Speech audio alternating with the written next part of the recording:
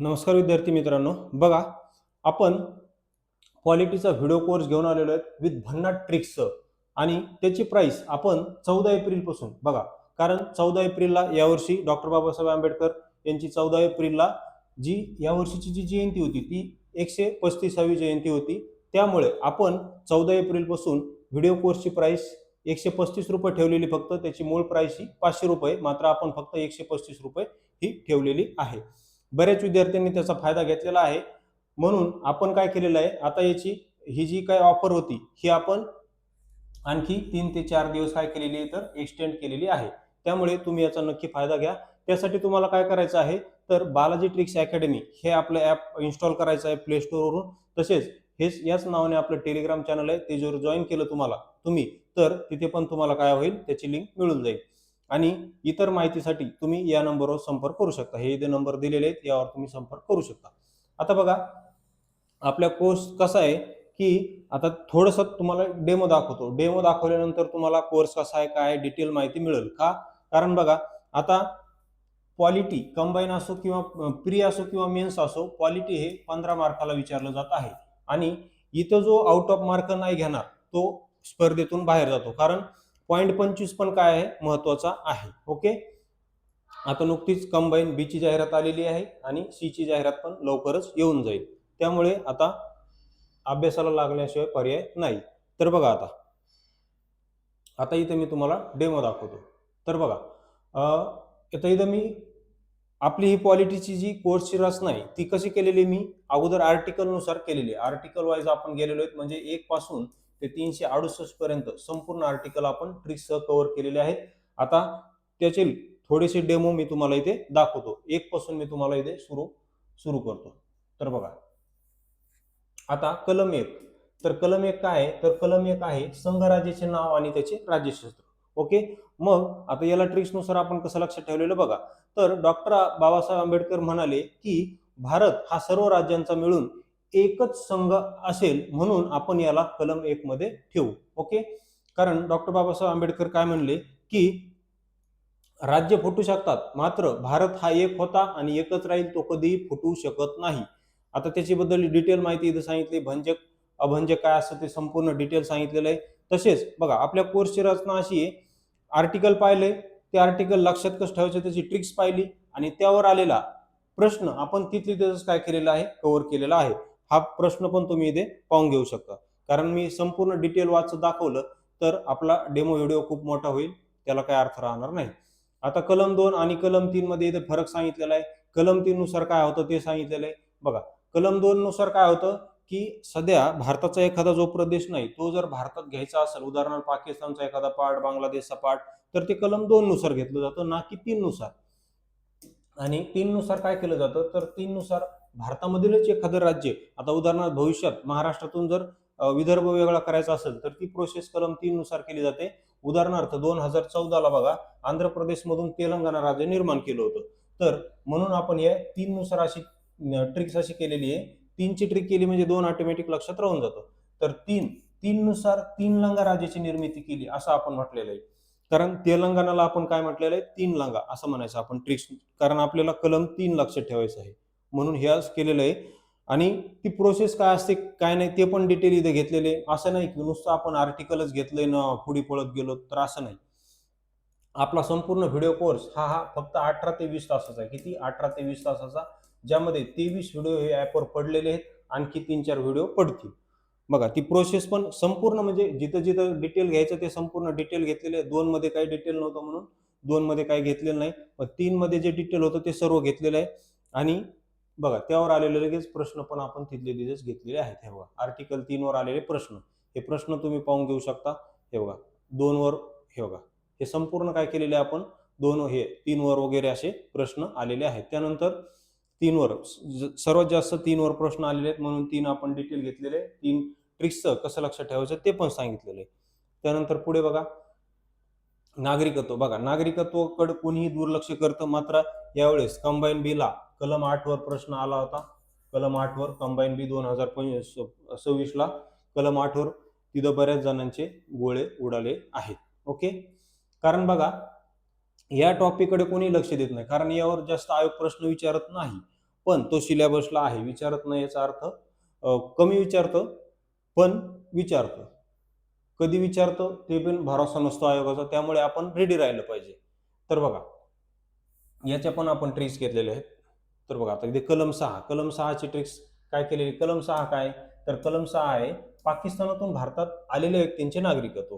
तर मग याची ट्रिक्स काय केलेली आहे, एफ फॉर फलटण मध्ये आला कोण, शाहरुख खान आलाय, अशी ट्रिक केलेली आहे आपण. पाकिस्तानातून भारतात शाहरुख खान आलाय, शाहरुख खान म्हणजे शाहरुख खान, शाहरुख खानला आपण शाहरुख खान म्हणू, शाहरुख खान का, कारण कलम 6 आपल्याला लक्षात ठेवायचा आहे म्हणून शाहरुख खान असं आपण त्याला म्हणू.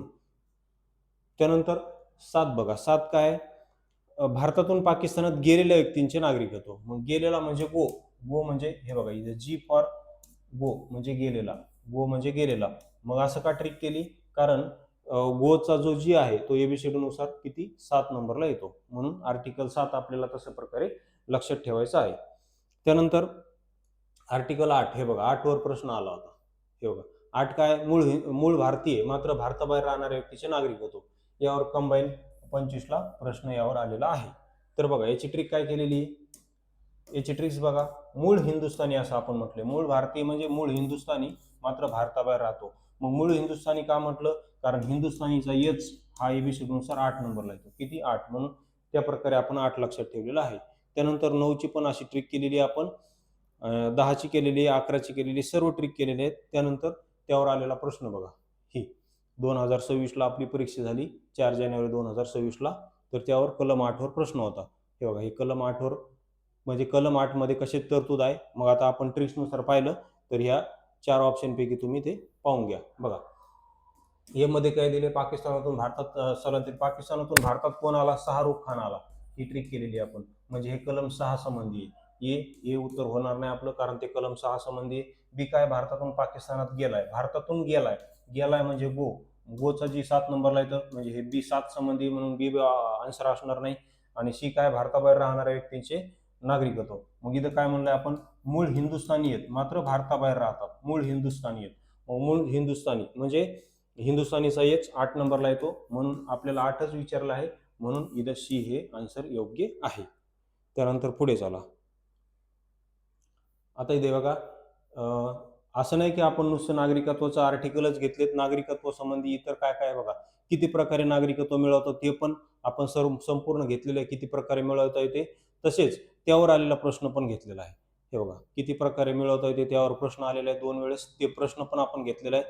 त्यानंतर किती प्रकारे नागरिकत्व जाते, हे बघा, तर 3 प्रकारे नागरिकत्व हिरावून घेतले जाते किंवा नागरिकत्व जातं, ते 3 प्रकार कोणते ते पण घेतलेलं आहे. आणि त्यावर आलेला प्रश्न पण घेतलेला आहे. नागरिकत्व हिरावून घेण्यासंबंधी खालील चुकीचे विधान निवडा, हे प्रश्न पण तुम्ही इथं पाहून घेऊ शकता. तर अशी आपण आपली संपूर्ण कोर्स असणार आहे. त्यानंतर मूलभूत हक्काचे आर्टिकल एकदम डिटेल, म्हणजे एकदम डिटेल आपण तिथे घेतलेले आहेत. तर बघा इथे कलम 14 काय, कायद्यासमोर समानतेचा हक्क. मग याची ट्रिक्स आपण काय केलेली, ए फॉर एखादा आम आदमी असो किंवा डी फॉर एखादा डॉन असो, दोघेही कायद्यासमोर कसे असतील, दोघेही कायद्यासमोर कसे असतील तर समान असतील, अशी आपण ट्रिक केलेली आहे. का अशी का ट्रिक केली, कारण ए हा एबीसीडी नुसार 1 नंबरला येतो आणि डी एबीसीडी नुसार 4 नंबरला, म्हणजे कलम 14 अशा प्रकारे. मग त्यामध्ये परत त्यामध्ये काही अपवाद आहेत, तर ते अपवाद पण आपण इथं डिटेल घेतलेले आहेत.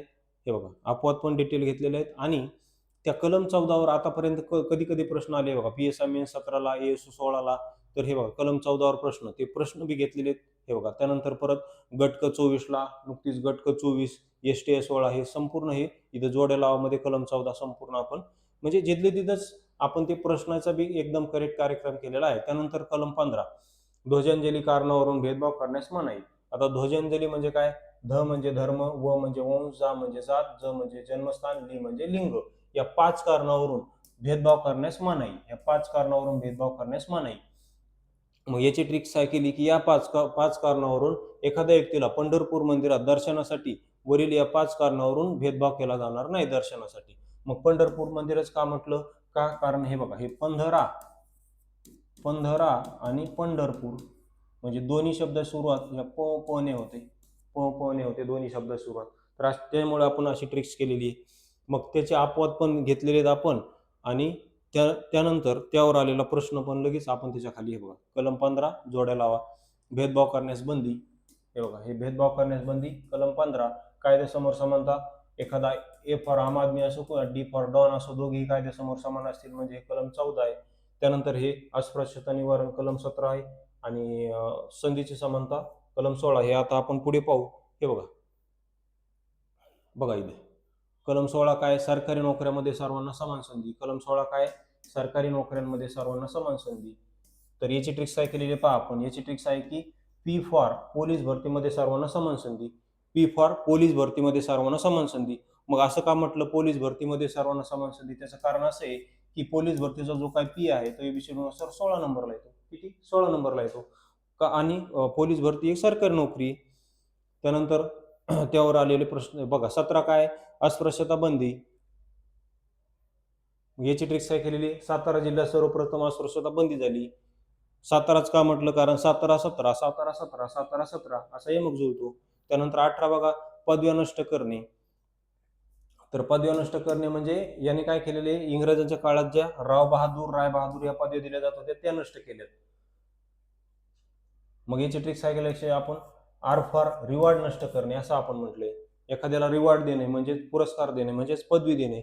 मग रिवॉर्ड का म्हटलं, कारण रिवॉर्डचा आर हा एबीसीडी नुसार किती नंबरला येतो, तर 18 नंबरला येतो आणि मग आपल्याला 18च लक्षात ठेवायचं आहे. मग त्यावर आलेले प्रश्न परत हे बघा, लगेच प्रश्न, हे प्रश्न घेतलेले लगेच तिथले तिथं, म्हणजे तुम्हाला प्रश्न दुसरीकडे कुठे पाहायची गरज नाही. त्यानंतर बघा कलम 20, त्याला डिटेल लक्षात ठेवण्याची ही ट्रिक्स केलेली, ही ट्रिक्स आहे त्याची.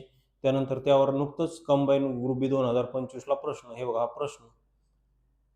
त्यानंतर कलम 25 बघा, धार्मिक संबंधी आहेत. कलम 25 काय, तर कलम 25 आहे की सतसत विवेकबुद्धीने कोणत्याही धर्माचे पालन आचरण प्रचार करण्याचे स्वातंत्र्य. मग याची ट्रिक्स काय केलेली आपण, वाय फॉर यहुदी धर्माचे आचरण प्रचार करण्याचे स्वातंत्र्य. कारण यहुदीच का घेतलं, आपण कोणत्याही धर्माचा प्रचार आचरण करू शकतो ना. मग यहुदीच का घेतलं, त्याचं कारण असं आहे की यहुदीचा जो काय वाय आहे तो एबीसीडी नुसार 25 नंबरला येतो आणि आपल्याला कलम 25च लक्षात ठेवायचा आहे म्हणून तसं म्हटलं. त्यामुळे यहुदी धर्म घेतला आपण. मग लगेच त्यावर आलेला प्रश्न, एसएमएस 22 फॉरेस्ट 18, म्हणजे कधी कधी प्रश्न आले ते सगळे एका ठिकाणी मी घेतलेले आहे, तिथली तिथंच, म्हणजे तुम्हाला प्रश्न पण दुसरीकडे पाहायची गरज पडणार नाही. अशी आपण या कोर्सची रचना केलेली आहे. म्हणजे आपल्या कोर्समध्ये तुम्हाला डिटेल कंटेंट तर दिसेलच आणि पीओक्यू पण तिथंच दिसेल. म्हणजे पीओक्यू साठी तुम्हाला सेपरेट कोर्स घ्यायची पण गरज पडणार नाही.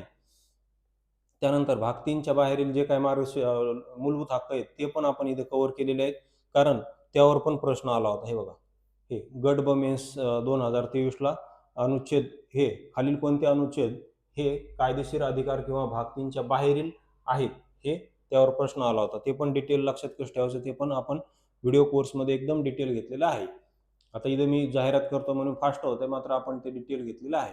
आता बघा कलम 39. कलम 39 हे काय, महाराष्ट्र तत्वामध्ये राज्याने अवलंब करण्याजोगी काही धोरणे. तर 39 मध्ये भरपूर सब कलम आहेत, ते पण संपूर्ण ट्रिक्स कसं लक्षात ठेवायचं ते आपण पाहिलेलं आहे. तर बघा 39 मध्ये सब कलम ए पासून ए पर्यंत आहे. तर ए काय आहे, तर ए आहे स्त्री पुरुषांना उपजीविकेचे समान सुविधा. मग सर्वात महत्वाची उपजीविका काय असते, अन्न असते. अन्न वस्त्र निवारा या आपल्या उपजीविकेच्या सुविधा आहेत. तर सर्वात महत्वाचे याच्यातले काय, तर अन्न आहे. मग ए फॉर अन्न असं आपण म्हटलेलं आहे. त्यानंतर बी आहे भौतिक साधन संपत्ती सर्वांमध्ये विभागणी. मग याची ट्रिक काय केली की बी फॉर भौतिक, हे बघा भौतिक असं लिहिलेलं आहे. त्यानंतर सी काय, संपत्तीचे केंद्रीकरण टाळणे. केंद्रीकरण टाळणे म्हणजेच सेंट्रलायझेशन न होऊ देणे. सी फॉर सेंट्रलायझेशन टाळणे. केंद्रीकरण टाळणे म्हणजे सेंट्रलायझेशन टाळणे, अशी आपण ट्रिक केली. त्यानंतर डी आहे स्त्री पुरुषांना समान कामास समान वेतन. मग याची ट्रिक काय केली, डी फॉर देवाभाऊ म्हणजेच आपले मुख्यमंत्री. डी फॉर देवाभाऊंनी स्त्री पुरुषांना समान कामास समान वेतन देणारा कायदा पारित केला, अशी आपण त्याची ट्रिक केली. त्यानंतर ई आहे कामगार व मुलांचे आरोग्य जपणे. तर याची ट्रिक काय केली की ई फॉर इंजेक्शन टोचवणे लगेच कामगारांना, त्यांचं आरोग्य बिघडलं. बघा कंपन्यांमध्ये कामगारांचे आरोग्य बिघडलं की लगेच त्यांना दवाखान्यात घेऊन जाणे आणि हे करणे असं तसं. त्यानंतर मुलांचा मुक्त वातावरणात विकास. मग एफ फॉर फ्री ठेवणे मुलांना, आणि हे 42व्या घटनांशी ऍड केलेलं आहे. त्यानंतर पुढे त्यावर आलेला प्रश्न, लगेच आपण प्रश्न घेतलेला आहे तिथेच. त्यानंतर 39 कॅपिटल ए काय, समान न्याय आणि गरिबांना मोफत कायदेशीर सल्ला. मग कायदेशीर सल्ला कोण देतो, तर ए फॉर ॲडव्होकेट अशी आपण ट्रेस केलेली आहे. हा डिपार्टमेंट PSI 2024 ला आला होता आणि हे आपण 42 घटना नुसारच ऍड केलेला आहे. त्यानंतर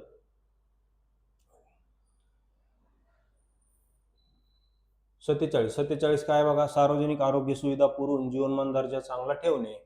म्हणजे इथं दारूबंदी वगैरे असं सांगितलेलं आहे. मग याची ट्रिक्स काय कशी लक्षात ठेवलेली आहे आपण, हे बघा दारूबंदी आहे ना, तर दारूबंदीमध्ये आपण गांजाबंदी पण ऍड केलेली आहे ट्रिक्ससाठी. हे बघा, डी फॉर दारूबंदी आणि जी फॉर गांजाबंदी. डी फॉर दारू आणि जी फॉर गांजाबंदी. सरकारने बंदी घालून लोकांचे आरोग्य सुधारणे. मग अशी ट्रिक काय केली, दारू तर ऑलरेडी होतच यामध्ये कलम 47 मध्ये दारूबंदी, त्यामध्ये मी एक्स्ट्रा काय शब्द ऍड केला, गांजाबंदी पण ऍड केला. का, कारण आपल्याला आर्टिकल 47 लक्षात ठेवायचं आहे. मग दारूबंदीचा डी हा 4 नंबरला येतो आणि गांजाचा जी 7 नंबरला येतो. अशा प्रकारे आपल्याला आर्टिकल 47 लक्षात ठेवायचं आहे. त्यानंतर पुढे बघा, राष्ट्रपती संबंधी संपूर्ण डिटेल माहिती बघा. कलम 52 मध्ये भारतासाठी एक राष्ट्रपती असेल अशी तरतूद केलेली आहे. मग याची ट्रिक्स काय केलेली आपण, तर याची ट्रिक्स आहे की 52 नुसार भारतासाठी एक ब्राह्मण समाजाचा व्यक्ती राष्ट्रपती असेल. अशी ट्रिक्स काय केली, कारण 52 आणि ब्राह्मण, 52 ब्राह्मण असा यमक जुळतो म्हणून आपण तसं केलेलं आहे. असं नाही की फक्त ब्राह्मण समाजाचाच व्यक्ती राष्ट्रपती होऊ शकतो, कुणीही होऊ शकतो. घटनेने कुणालाही अधिकार दिलेला आहे. फक्त आपल्याला इथं ट्रिक्ससाठी आपण तसं केलेलं आहे. कारण तसेच जे काय आपले दुसरे राष्ट्रपती होते डॉक्टर सर्वपल्ली राधाकृष्ण, ते पण ब्राह्मण समाजाचे होते. फक्त आपल्याला 52 आर्टिकल लक्षात ठेवायचे म्हणून मी तशी ट्रिक्स केलेली आहे. त्यानंतर त्यावर आलेले प्रश्न पण आपण घेतलेले आहेत.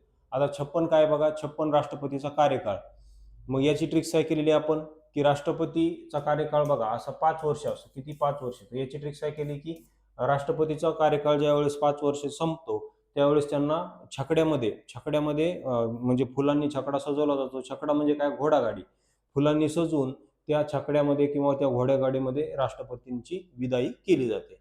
मग अशा छकड्यामध्ये त्यांची विदाई केली जाते. असे का म्हणलं, कारण छकडा 56, 56 छकडा, 56 छकडा, कारण आपल्याला 56 लक्षात ठेवायचं आहे. अशा प्रकारे आपण ते संपूर्ण त्याच्यात काय काय डिटेल ते संपूर्ण घेतले. त्यानंतर 57 बघा, राष्ट्रपती परत परत किती वेळेस निवडणूक लढू शकतात.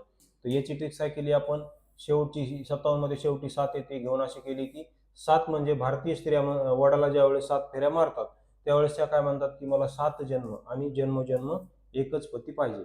मला 7 जन्म आणि जन्म एकच पती पाहिजे असं ते म्हणतात. त्यानंतर पुढे बघा, 58 यावर प्रश्न पण आला होता. 58 काय, तर 58 आहे राष्ट्रपती पदाच्या पात्रता. मग याची ट्रिक्स काय केलेली आपण, 58 नुसार रामदास आठवलेंमध्ये राष्ट्रपती होण्याची पात्रता आहे अशी आपण ट्रिक्स केलेली आहे. मग त्या पात्रता काय काय हे तुम्ही पाहून घेऊ शकता. रामदास आठवलेच का म्हटलं, कारण 58 आठवले असा यमक जुळतो. त्यावर प्रश्न पण आला होता, हे बघा गट क 24 ला हा तो प्रश्न पण तुम्ही पाहून घ्या. त्यानंतर 129 काय, संपूर्ण ट्रिक्स संपूर्ण आर्टिकल घेतले आपण, चिंताच करायची गरज नाही. 129 आहे, सर्वोच्च न्यायालय हे अभिलेख न्यायालय असेल. मग त्याला आपण अभिलेख न्यायालयाला असं इंग्रजीमध्ये अभिलेख न्यायालय असेल असं आपण म्हटलेलं आहे, अभिलेख न्यायालय.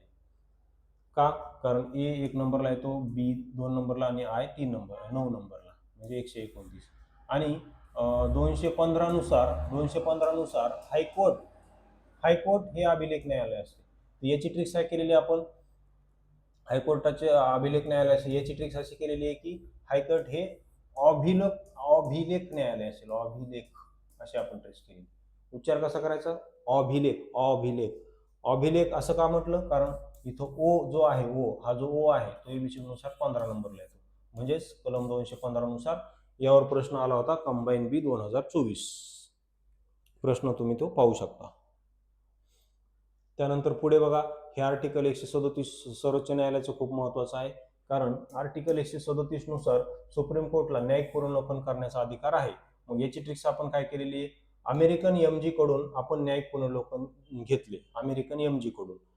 आता अशी ट्रिक्स काय केली, कारण एमजीचा एम 13 नंबरला येतो एबीसी नुसार आणि जी एमजी म्हणजे महात्मा गांधी आणि जी 7 नंबरला येते. म्हणजे अशा प्रकारे 137 कलम आपण लक्षात ठेवायचा आहे. आणि अमेरिकन एमजीच का म्हटलं, कारण ही जी न्यायिक पुनर्वलोकन ही जी व्यवस्था आहे ही आपण अमेरिकेकडून घेतलेली. मग ते डिटेल न्यायिक पुनर्वलोकन काय असतं काय नाही ते डिटेल इथं घेतलेलं आहे आणि त्यावर आलेला प्रश्न पण आपण काय केलेला आहे घेतलेला आहे. आता तो याच्यात घेतला नाही पीडीएफ मध्ये.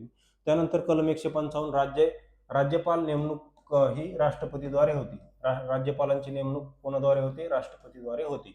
मग याची ट्रिक्स आपण कशी लक्षात ठेवली की हे बघा याच्यामध्ये नेहमी कन्फ्युज होतं कारण बघा 153 मध्ये प्रत्येक राज्यासाठी एक राज्यपाल असेल अशी तरतूद केलेली 153 मध्ये आणि 155 मध्ये काय म्हटलंय की राज्यपालाची नेमणूक ही राष्ट्रपतीद्वारे होईल कारण त्यावरच प्रश्न आला होता.